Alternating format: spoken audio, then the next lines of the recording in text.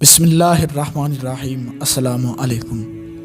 روایت ہے حضرت ابو ہریرہ رضی اللہ تعالیٰ عنہ سے، فرماتے ہیں فرمایا رسول پاک صلی اللہ تعالیٰ علیہ وآلہ وسلم نے، بندہ کبھی خلوص دل سے لا الہ الا اللہ نہیں کہتا مگر اس کے لیے آسمانوں کے دروازے کھول دیے جاتے ہیں، حتیٰ کہ وہ کلمہ عرش تک پہنچ جاتا ہے، جب تک کہ بندہ کبیرہ گناہوں سے بچا رہے۔ روایت ہے حضرت ابو سعید خدری رضی اللہ تعالیٰ عنہ سے، فرماتے ہیں رسول پاک صلی اللہ تعالیٰ علیہ وآلہ وسلم نے فرمایا، جو بندہ کہتا ہے لا الہ الا اللہ واللہ اکبر تو رب تعالیٰ اس کی تصدیق کرتا ہے، کہتا ہے کہ واقعی میرے سوا کوئی معبود نہیں، میں بہت بڑا ہوں۔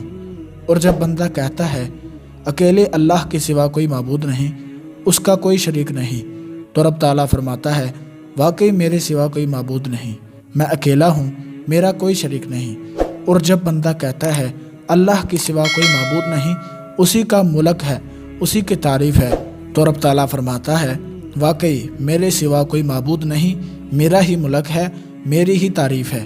جب بندہ کہتا ہے اللہ کے سوا کوئی معبود نہیں، اللہ کے بغیر نہ طاقت ہے نہ قوت، تو رب تعالیٰ فرماتا ہے واقعی میرے سوا کوئی معبود نہیں، میرے بغیر نہ قوت ہے نہ طاقت۔ حضور علیہ الصلوۃ والسلام فرماتے تھے جو یہ کلمات اپنے مرض میں کہے پھر مر جائے تو اسے آگ نہ جلائے گی۔ روایت ہے حضرت ابن عباس رضی اللہ تعالیٰ عنہما سے، فرماتے ہیں فرمایا رسول پاک صلی اللہ تعالیٰ علیہ وآلہ وسلم نے، جنہیں قیامت کے دن سب سے پہلے جنت کی طرف بلایا جائے گا وہ ہوں گے جو خوشی اور غم میں اللہ کی حمد کرتے ہیں۔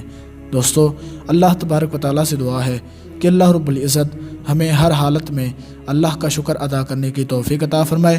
ملتے ہیں کسی اگلی ویڈیو میں، تب تک کے لیے اللہ حافظ۔